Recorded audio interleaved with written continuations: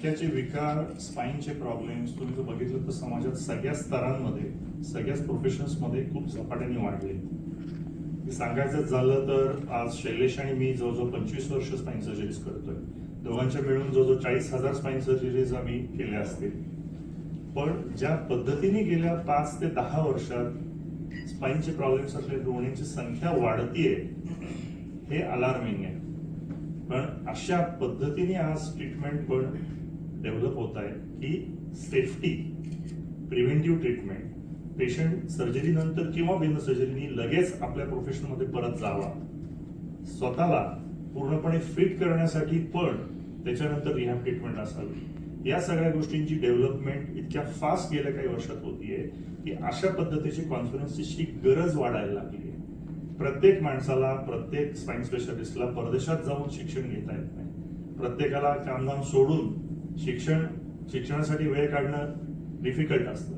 त्यामुळे एकाच छताखाली आज 6 वेगवेगळ्या सोसायटीजनी एकत्र येऊन 3.5 दिवस हे सगळं शिक्षण देणं ही एक फार मोठी संधी आपल्या इथल्या सगळ्या देशातल्या स्पाईन स्पेशालिस्ट. त्यामुळे आज इंडिपेंडेंट इंडियामध्ये सगळ्यात जास्ती अटेंडेड ही स्पाईन कॉन्फरन्स असणारे जी डॉक्टर शैलेशनी ऑर्गनाईज केली आहे मेनली.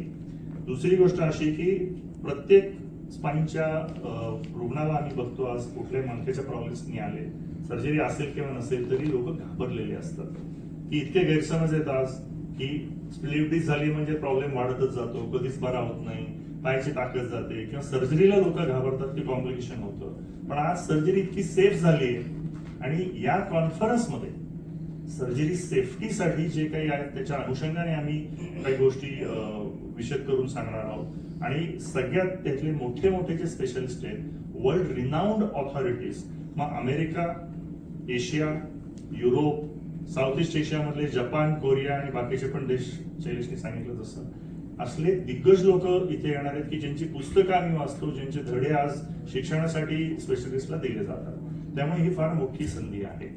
आणि पुण्यासारख्या ठिकाणी जिथे या सगळ्या सर्जरी मोठ्या स्तरावर होतात, शहरासाठी ही फार मोठी स्मरणीय गोष्ट आहे की युजली या टाईपचे कॉंग्रेसेस टियर 1 मेट्रोमध्ये जास्ती होतात की मुंबई, दिल्ली, कलकत्ता, चेन्नई, कॅपिटल सिटीज, जास्तीत जास्त बेंगलोर, अहमदाबाद. पण पुण्यासारख्या ठिकाणी एवढ्या मोठ्या स्तरावर होतीये. आमच्या स्पाईन सर्जरी सर्कलमध्ये सुद्धा ही आज मोठी अचीवमेंट समजली जाते. नमस्कार, मी डॉक्टर शैलेश हदगावकर.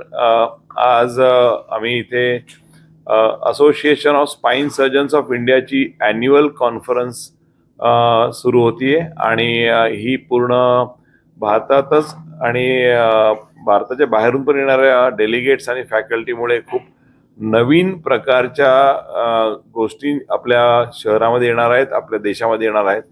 आम्ही ही कॉन्फरन्स जेव्हा ऑर्गनाईज करत होतो तेव्हा आम्ही असा विचार केला की आपल्या पेशंटसाठी बेनिफिट काय होऊ शकतात, त्या प्रकारच्या फक्त आम्ही या कॉन्फरन्समध्ये जर टेक्नॉलॉजी आणि टेक्निक्स ठेवल्या तर जास्त फायदा होईल. आणि ॲक्च्युली त्या गोष्टीमुळे या आमच्या मीटिंगला खूप चांगला रिस्पॉन्स मिळाला. आम्हाला पूर्ण भारतातून आणि परदेशातून जवळपास 1200+ स्पाईन सर्जन्स या कॉन्फरन्ससाठी येत आहेत. हा एक अभूतपूर्व न भूतो न भविष्यती असा झालेला रिस्पॉन्स म्हणायला हरकत नाही. आणि यामध्ये आम्ही technology, advancement, AI, robotic spine surgery, endoscopic spine surgery, safety in spine surgery आणि also non surgical treatments for spine, म्हणजे की ज्या ठिकाणी ऑपरेशन न करता काही करता येईल का, तर त्यावरती पण संशोधन करणार आहोत. रिसर्च पेपर वाचले जाणार आहेत. जगभरातून एक्सपर्ट येत आहेत. अमेरिकन स्पाईन सोसायटी जी आहे, खूप फेमस स्कोलिओसिस रिसर्च सोसायटी, त्यांची एक्स प्रेसिडेंट्स आणि त्यांची टीम आलेली आहे पुण्यामध्ये. ब्रिटिश असोसिएशन ऑफ स्पाईन सर्जनची पूर्ण टीम आलेली आहे. सिंगापूर स्पाईन सोसायटीची पूर्ण टीम आलेली आहे. ते एक्सपर्ट सर्जन्स आहेत आणि ते खूप ॲडव्हान्स काम करणारी सोसायटी आहे.